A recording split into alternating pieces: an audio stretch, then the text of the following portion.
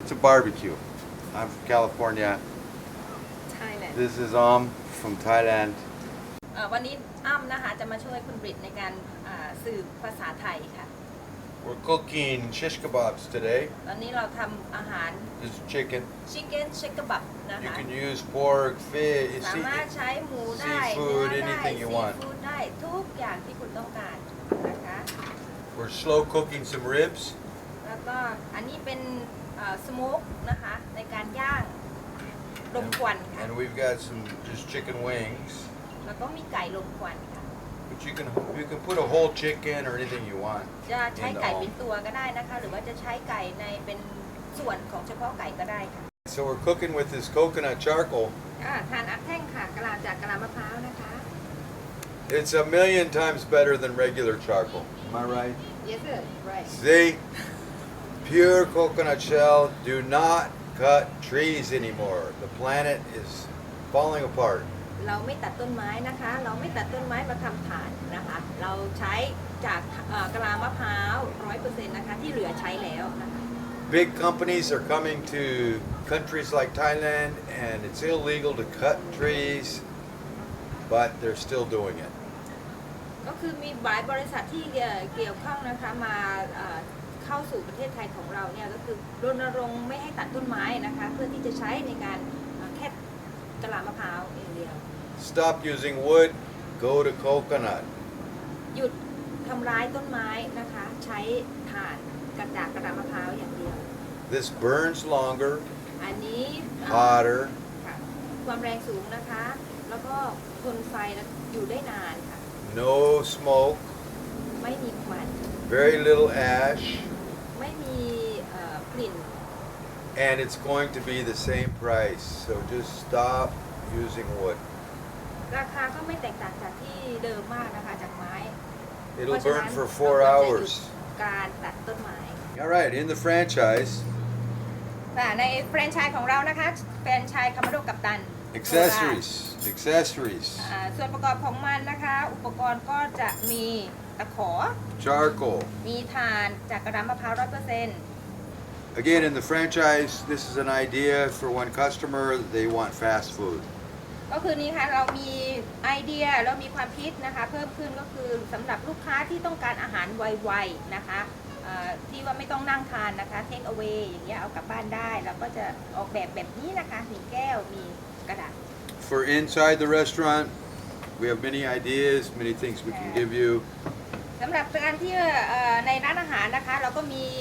ไอเดียบางอย่างนะคะซึ่งใส่ในถาดได้นะคะใส่ในถาด You come up, you can serve the food ค่ะ like สามารถเสิร์ฟ this. ได้เลยค่ะ It's good. อาหารใส่ในถาดแล้วก็ตกแต่งนิดหน่อยนะคะสามารถเสิร์ฟได้เลย I think that's good. That's it. ค่ะ The ong is one of the most amazing ways to cook. ค่ะก็คือโอ่งเนี่ยค่ะเป็นเน้นหลักเลยนะคะเป็นตัวเน้นหลักที่เราจะในการทำอาหารนะคะ We have a franchised package ready to go.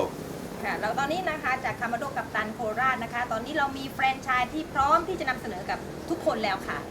We make by hand tandoori's, ค่ะอันนี้เป็นโอ่งเราทำจากงานแฮนด์เมดนะคะเป็นงานแฮนด์เมดค่ะ hand painted. We do logos, any colors you'd like. ทุกอย่างเป็นงานแฮนด์เมดหมดนะคะไม่ว่าจะเป็นการเพนติ้งนะคะไม่ว่าจะเป็นระบบทุกอย่างการติดตั้งเป็นแฮนด์เมดหมดค่ะ Our ongs have many accessories, โอ่งมันก็จะมีอุปกรณ์นะคะของเรามีอุปกรณ์เยอะมาก different size hooks to มีความ hang แตกต่างระหว่าง food. ไซส์ด้วยนะคะ as ข you นาด want ของอุปกรณ์เราก็จะมีหลายขนาดนะคะไม่ว่าจะเป็นขนาดใหญ่ขนาดเล็กนะคะ This is a rib set up right now.